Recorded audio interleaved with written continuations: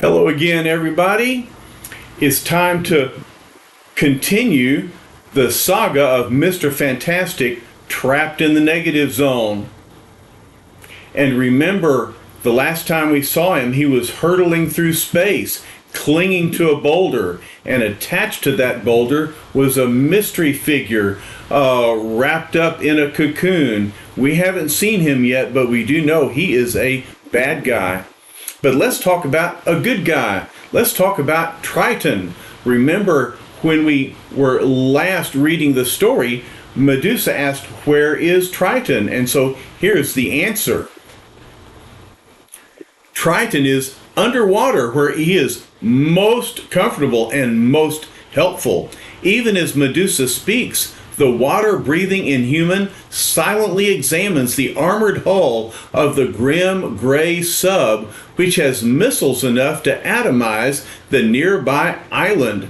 Remember that the Inhumans had taken refuge on an island that had been attacked by some European force, a communist force, I would guess, who had a great weapon, and they were hoping to use that weapon to establish themselves as a great power in Europe.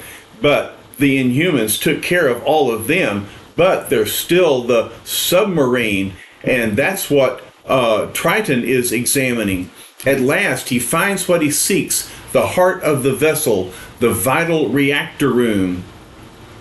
Although not as powerful as the regal Black Bolt himself, the aquatic Inhuman is able to generate enormous pressure within his own body, pressure which enables him to survive at the very depths of the swirling sea. And so he takes aim with his mighty fist. Shoo!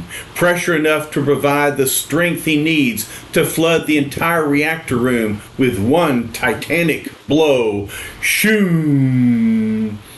And inside, the sailors cry, "Our invasion has failed. We must destroy the island. Fire all missiles."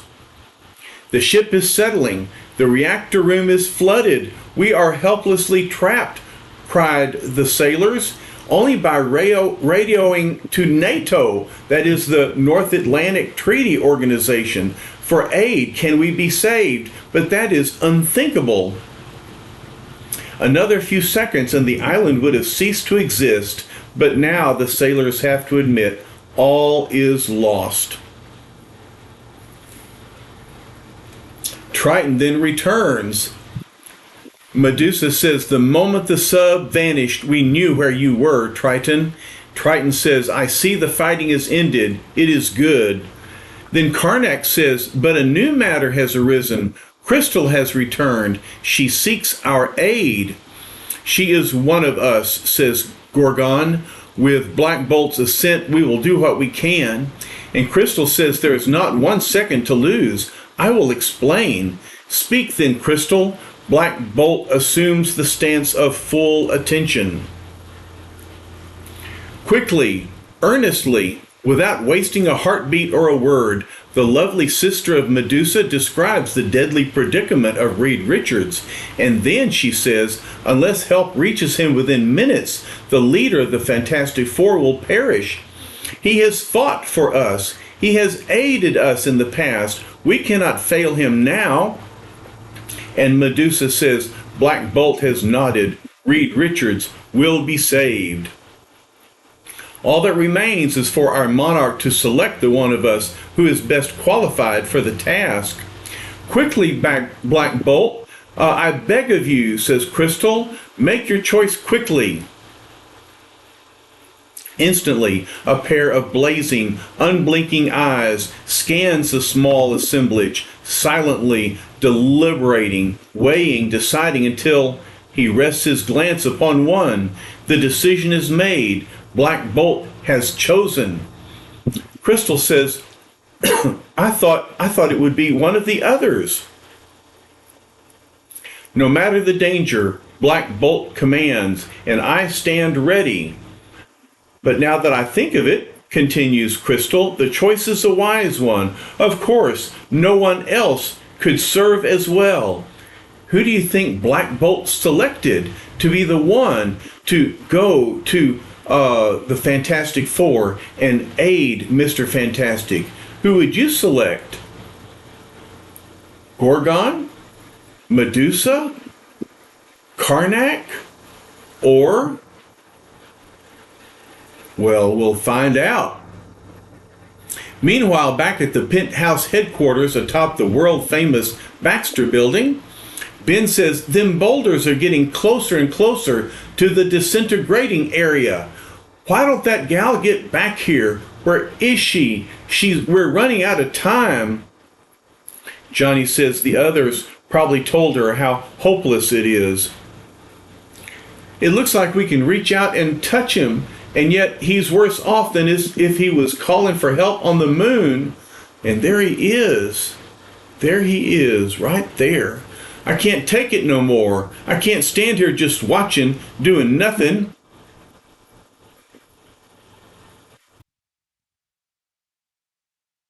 If my buddy's got to die, if there's nothing we can do about it, at least I don't have to watch it. Crack! I got to do something, anything, even if it's just tearing this whole blasted building apart. Ben, don't, cries Johnny. You're ripping out the whole wall scanner. Ben! And crack, with his strength, he destroys the whole scanner because he doesn't want to watch. But Johnny realizes it's no use. He's too far gone. I can't stop him. And what's the difference? What good would it do if I could? But then, just when everything seems the darkest, the most tragically hopeless, here they come. Crystal, you're back. Are we still in time, she asks. Sue says, we don't know. The view screen is shattered. But who is that? Whom have you brought with you? The one person who has the power to help. Can you see who it is? It's Triton, the water-breathing aquatic inhuman. But why him? Asks Sue. Triton answers, deepest space, whether positive or negative, is like a vast, endless ocean. Only Triton is able to maneuver under such conditions. Only I have a chance of finding Reed Richards in the limitless reaches of the unknown.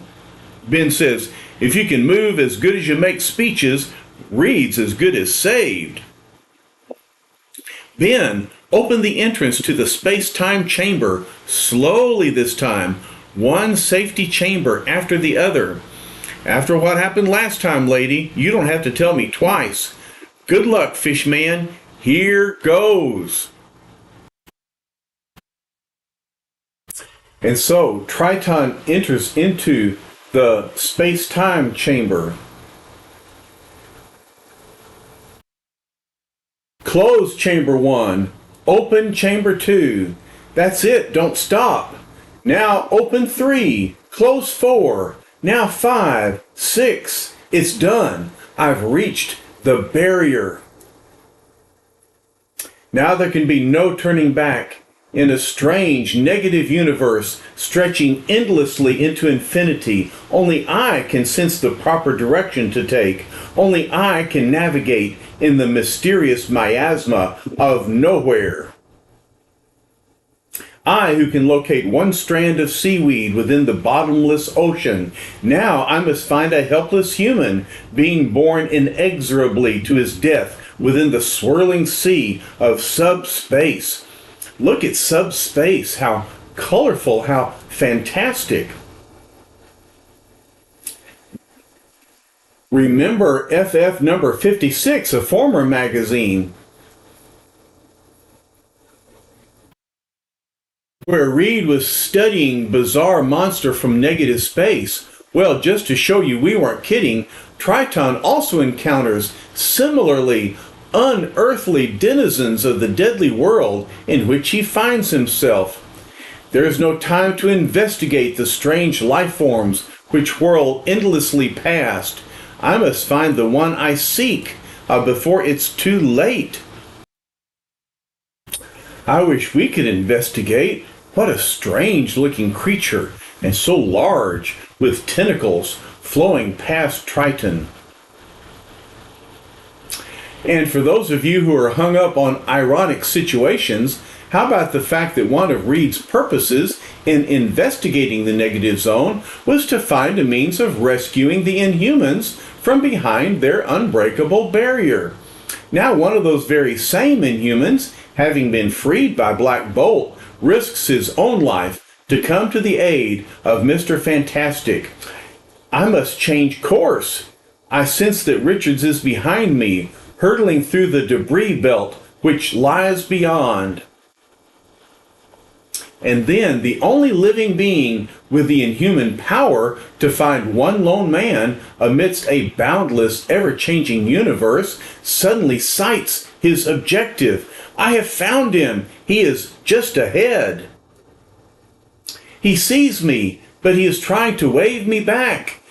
Reed says, "Don't do it. Don't come any closer. If you're able to change your course, go back. It's too late to save me. I'm plunging into the exploding atmosphere." "You have risked your life in the past to aid the Inhumans," declares Triton. "Surely I can do no less." And then Reed says, "Stay where you are. I'll try to reach you in my own way." "You did it! I have you!" You see that Reed stretches out his arm and grabs Triton. "Back," says Reed. "Get back. The explosions are starting. Another second would have been too late." But as the valiant Triton uses his airjet gun to zoom away from the area of spatial carnage, neither he nor the man he saved are aware of another figure in an adhesion suit. A figure possessing such strength, such raw, untapped power, that the deadly explosions do no more than revive him as he finally begins to stir. And look, here's this mysterious man. He's been in a cocoon. He's been attached to the boulder, but now he's being revived. He is awakening just as Triton and Mr. Fantastic are escaping. What will happen next? With an ear-piercing roar, he frees his bestial head, studying the cataclysmic scene with instant comprehension. "So," he says, "this is how they thought to rid themselves of Blastar." Blastar, that's the name of this mighty, powerful character. This tremendous bad guy with great powers.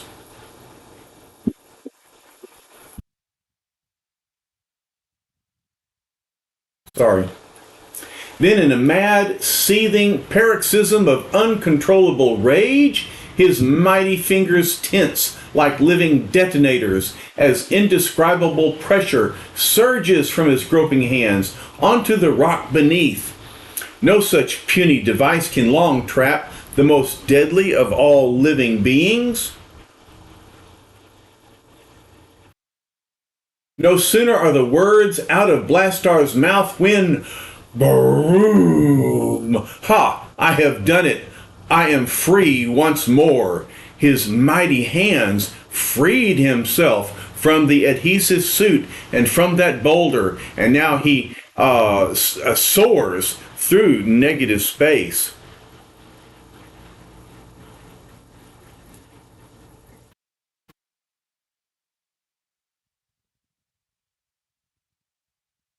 Like a living rocket, the deadly being from negative space propels himself forward by a series of incredible blasts from his own uncanny fingertips as his merciless mind formulates a plan of action. There is no place within the negative zone where I can find shelter. Batoom, batoom, batoom. He shoots power from his fingers, and that way he propels himself along. He says, "I have been exiled from subspace, but I must find a haven, some new world to ravage." What is this? Ahead of me, within the distortion area, approaching the fourth dimension, two figures. They go where none before them have ever gone. Ha! But now they will not go there alone. Oh no! Blastar, he's going to try to follow Triton and Reed into our world. And within FF headquarters, a mood of frenzied despair settles like a pall over the four who wait, hardly daring to hope. Sue says, "It's been so long now, so long." But Crystal encourages her, "You must have faith, Mrs. Richards. Triton will not fail." And Johnny scolds, "If only you hadn't broken the scanner, Ben, we could see what's happening." Okay, he says. "How much longer are you going to beat a dead horse? I didn't know we'd be wanting the blasted gizmo." Poor Ben. He should have controlled his temper. "Wait, all of you, look," says Johnny. "Look at the barrier. Something's happening to it," says Ben. "It's starting to glow. That means it's getting activated. There's someone coming through. It could be them." "Johnny, I can't bear to look," says Sue. "Can you see? Can you tell who it is?" "Not yet, Sue, but we'll know in a second."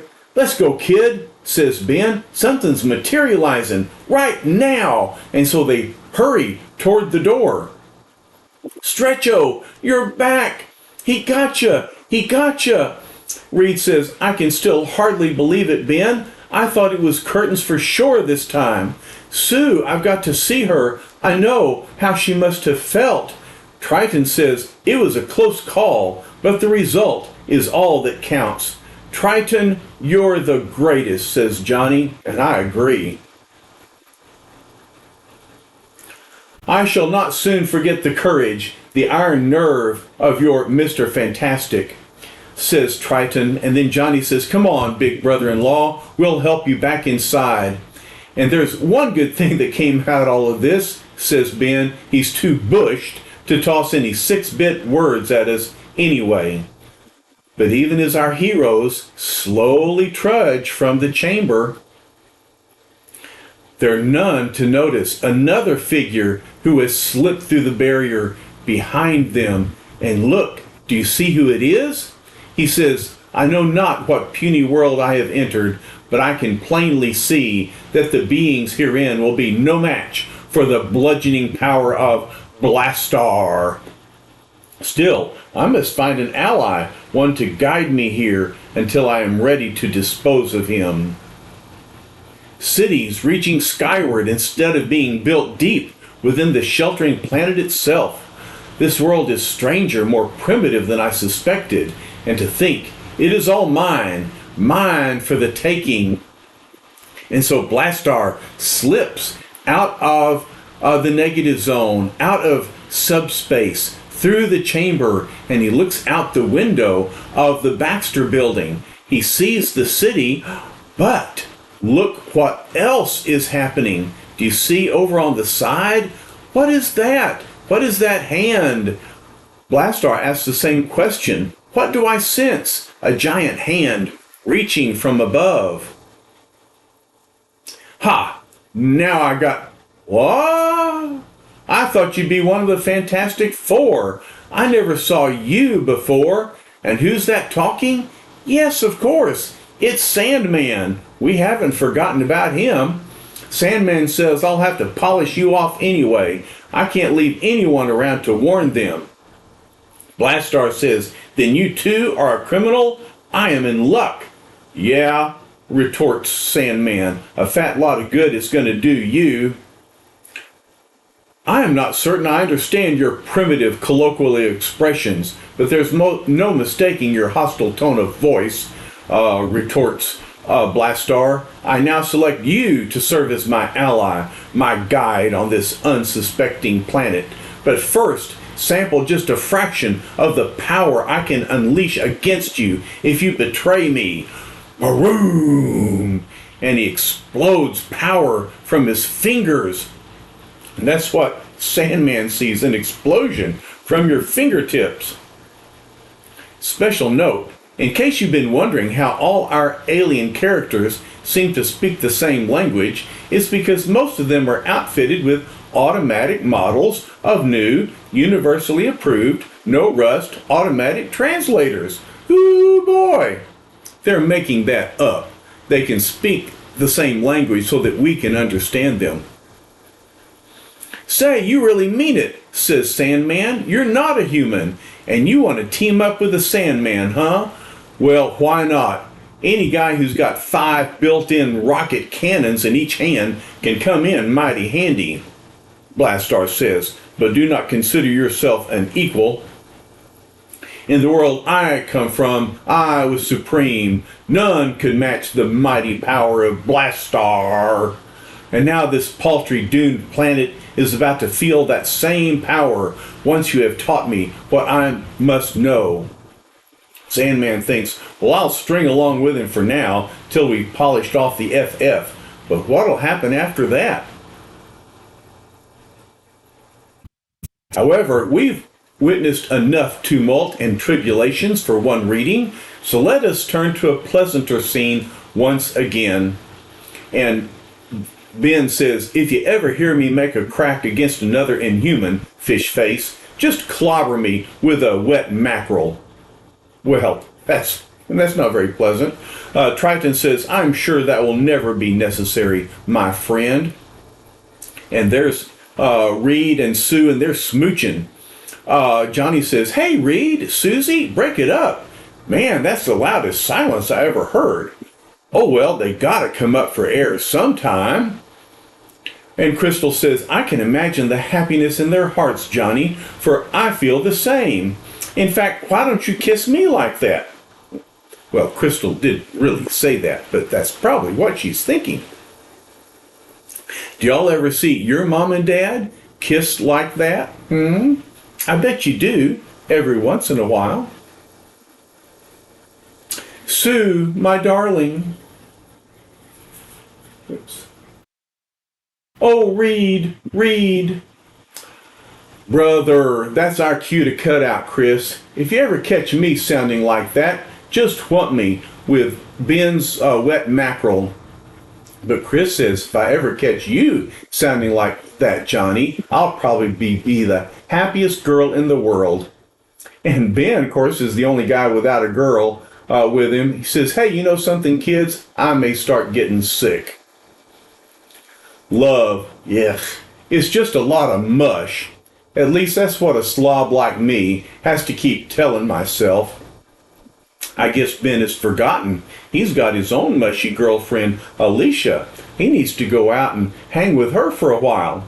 But in the meantime, next is Blastar and the Sandman. And so the Fantastic Four are going to have their hands full with those two. And they will be the powerhouse villains of our next story.